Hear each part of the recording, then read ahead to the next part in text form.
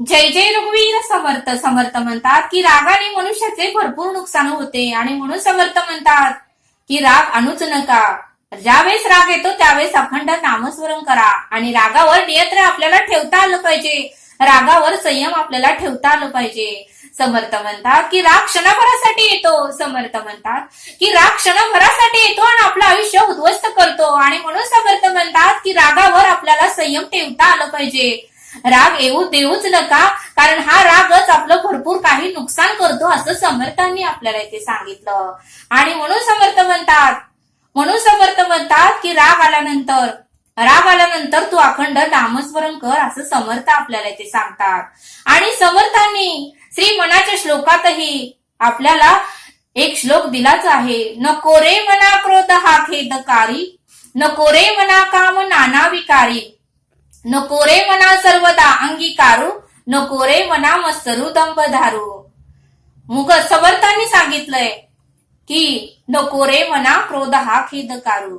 समर्थ हे आपल्याला श्लोकात सांगतात की हे मना क्रोध तू करूच नको, त्यामुळे तुझेच नुकसान होणार आहे असं समर्थांनी आपल्याला या श्लोकातही सांगितलं आहे. आणि म्हणून समर्थ म्हणतात की रागाच्या भरात आपण काहीही करतो, दुसऱ्यांसाठी आपण खड्डा खांदतो, पण त्या खड्ड्यामध्ये आपण स्वतःच पडतो ते आपल्याला कळत नाही असं समर्थांनी आपल्याला इथे सांगितलं.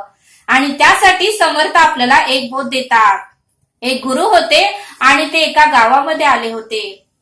गावामध्ये आल्यानंतर गावकरी लोकांनीही त्या गुरूंची परीक्षा घ्यायचं ठरवलं.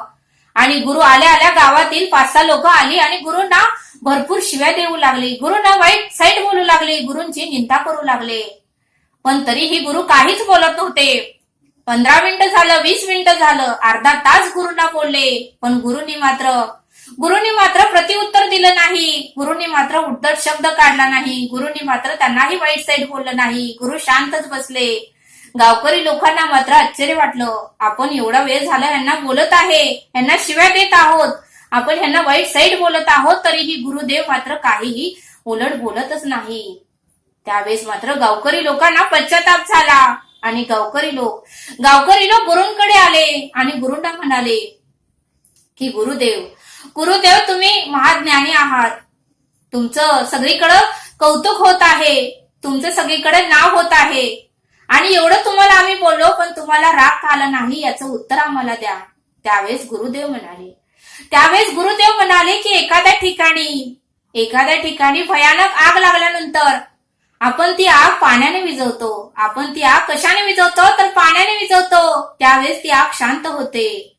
तसं गुरुदेव म्हणाले तुम्ही मला शिव्या दिल्या, तुम्ही मला वाईट साईड बोलले, तुम्ही माझी निंदा केली, पण ती माझ्यापर्यंत आलीच नाही.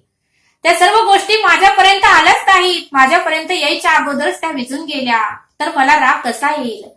त्यावेळेस त्या लोकांना काहीच कळेना. ते लोक म्हणाले आम्हाला परत समजावून सांगा. त्यावेळेस गुरुदेव म्हणाले प्रत्येकाच्या शरीरामध्ये थंड पाणी असतं आणि गरम पाणी असतं. जो ज्या पाण्याचा वापर करल तसा तो वागत असतो. तुम्ही जर थंड पाण्याचा वापर केला तर तुम्हालाही राग येणार नाही, पण तुम्ही जर गरम पाण्याचा वापर केला तर तुम्हाला राग नक्कीच येणार. तसं गुरुदेव म्हणाले की आपणही थंड पाण्याचाच वापर करायचा, की त्या शिव्या ते वाईट साईड बोललेलं आपल्यापर्यंत येतच नाही, ते आपल्यापर्यंत येण्या अगोदर विझूनच जाते. त्यावेळेस मात्र गावकरी लोकांना समजलं आणि गावकरी लोकांनी गुरुदेवांना शरण आले, गुरुदेवांना नमस्कार केला, गुरुदेवांना क्षमा मागितली की गुरुदेव आम्हाला क्षमा करा आणि आम्ही हे मुद्दाम केलं नाही, आम्ही तुमची परीक्षा घेण्यासाठी केलं. आम्हाला वाटलं की तुम्हालाही राग येईल, तुम्हीही रागाला जाता का नाही हे पाहण्यासाठी आम्ही तुमची परीक्षा घेतली, आम्हाला क्षमा करा. त्यावेळेस मात्र गुरुदेवांनी सर्वांना क्षमा केलं. बघा म्हणले समर्थ, रागाच्या भरात आपलं भरपूर नुकसान होतं. म्हणून समर्थ म्हणतात की रागावर आपल्याला संयम ठेवता आलं पाहिजे, रागावर आपल्याला नियंत्रण ठेवता आलं पाहिजे. बघा म्हणले समर्थ, कैकेयी मातेचंही रागानेच नुकसान झाले. ज्यावेळेस श्रीरामांना राज्य पद मिळणार होतं त्यावेळेस मात्र कैकेयी मातेला राग आला आणि त्यांनी प्रभू श्रीराम प्रभूंना वनवासाला जायला सांगितलं. त्यावेळेस प्रभू श्रीराम ही वनवासाला निघून गेले, पण राजा दशरथाला मात्र आपला पुत्र 14 वर्ष आपल्यापासून दूर राहणार ती कल्पनाही त्यांना सहन झाली नाही आणि त्यांचाही मृत्यू झाला. बघा म्हणले समर्थ, क्षणभरासाठी तिला राग आला, पण सर्व काही नुकसान झाले. प्रभू श्रीराम ही 14 वर्ष वनवासाला गेले आणि राजा दशरथही हे जग सोडून गेले. बघा म्हणले, राग आला पण नुकसान कुणाचं झालं? कैकेयी मातेच झालं. म्हणून समर्थ म्हणतात की राग क्षणभरासाठी येतो पण आपलं आयुष्य उद्ध्वस्त करतो, असं समर्थांनी आपल्याला ते सांगितलं. म्हणून समर्थ म्हणतात की रागाने फक्त पुंडलिकालाही पश्चाताप झाला. ज्या बायकोसाठी त्याने आई वडिलांना घराच्या बाहेर काढलं, बायको ते सांगेल तेच तो करत होता. बायको म्हणाली, आपला राजा राणीचा संसार उत्तम होण्यासाठी तुम्हाला आई वडिलांना घराच्या बाहेर काढावंच लागेल. त्यांची काहीही गरज नाही, आपण उत्तमाचा संसार करूया. त्यावेळेस भक्त पुंडलिकाने ही बायकोचं ऐकलं आणि आई वडिलांना घराच्या बाहेर काढलं. पण भक्त पुंडलिकाने मात्र विचार केला नाही.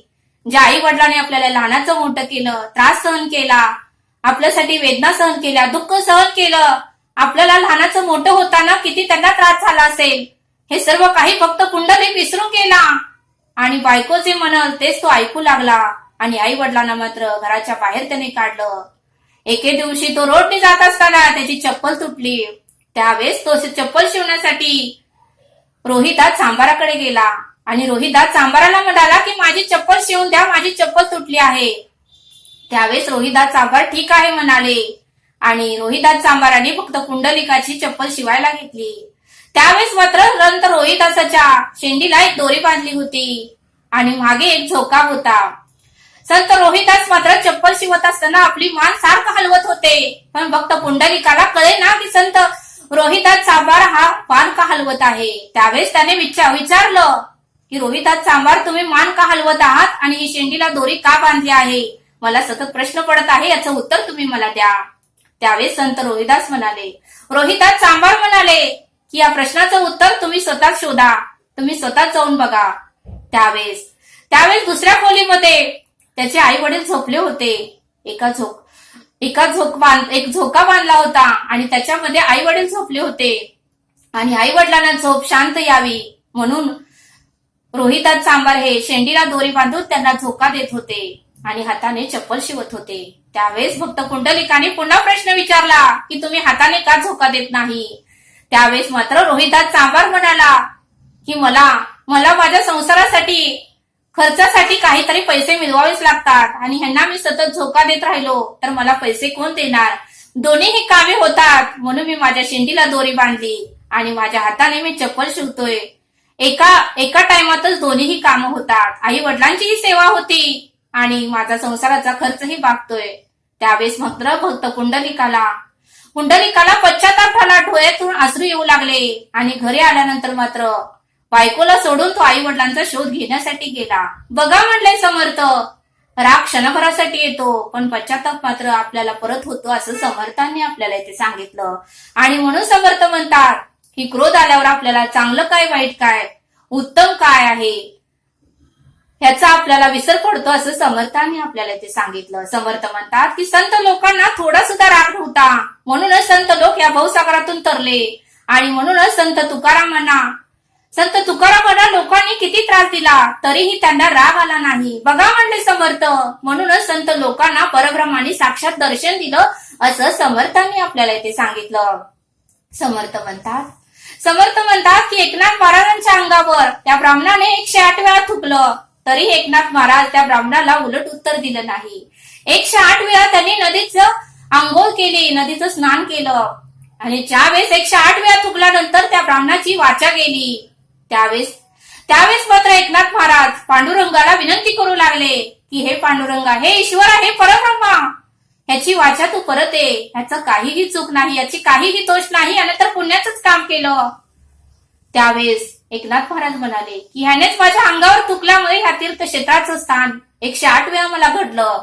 असं तर मी आवर्जून 108 वेळा या तीर्थक्षेत्राचं स्नान केलंच नसतं, ह्याच्यामुळेच माझी पुण्याही घडली, पुण्याही वाढली. त्यावेळेस मात्र पांडुरंगाने एकनाथ महाराजांचं ऐकलं आणि त्या ब्राह्मणाची वाचा परत दिली. बघा म्हणले समर्थ, संत लोकांचे विचार किती महान होते आणि आपले विचार कसे. म्हणूनच संत लोकांना परब्रह्माने साक्षात दर्शन दिलं आपले ही अशी उत्तमाची कर्म असावी की आपल्याला निदान स्वप्नात तरी परब्रह्माने दर्शन द्यावं, असं समर्थांनी आपल्याला इथे सांगितलं. समर्थ म्हणतात की ज्या वेळेस स्वामी विवेकानंद आंब्याच्या झाडाखाली नामस्मरण करत बसले होते आणि गावातले 4 पोरं येऊन आंबा तोडण्यासाठी दगड मारू लागले. झाडावर दगड मारत असताना तो दगड स्वामी विवेकानंदांच्या डोक्याला लागला आणि त्यांच्या डोक्यातून रक्त येऊ लागले. त्यावेळेस त्या मुलांना वाईट वाटलं. ते मुलं धावत आली आणि स्वामी विवेकानंदांना क्षमा मागू लागली की आम्हाला क्षमा करा, आम्ही हे चुकून केलंच नाही. आम्हाला हा आंबा खायचा होता आणि म्हणून आम्ही आंब्याच्या झाडाला दगड मारला, पण तो चुकून तुमच्या डोक्याला लागला, आम्हाला क्षमा करा. त्यावेळेस मात्र स्वामी विवेकानंदांनी खूप असं उत्तम उत्तर त्या मुलांना दिलं आणि स्वामी विवेकानंद म्हणाले, हे बाळांनो, ज्या वेळेस तुम्ही दगड झाडाला मारला तर झाडाने तुम्हाला आंबे दिले, पण मला दगड मारला तर मी तुम्हाला काहीही देऊ शकत नाही. खरंच तुम्ही मला क्षमा करा, असं स्वामी विवेकानंद त्या मुलांना म्हणू लागले. बघा म्हणले समर्थ की संतांचे विचार किती महान होते. एवढं त्यांना दगड लागूनही स्वामी विवेकानंद त्या मुलांची माफी मागत होते.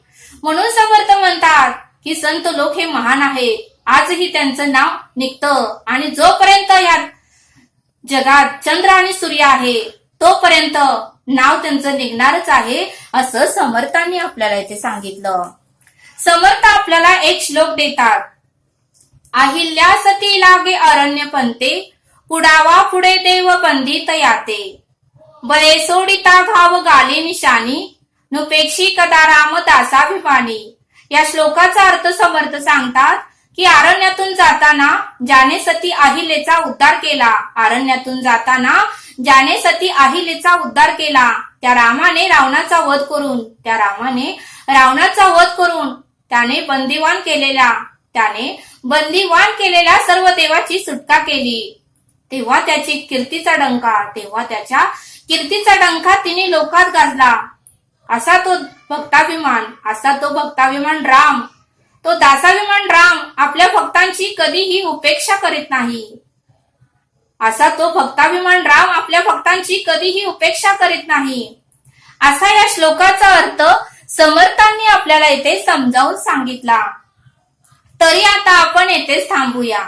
भेटूया पुढील भागात. धन्यवाद. जय सद्गुरु.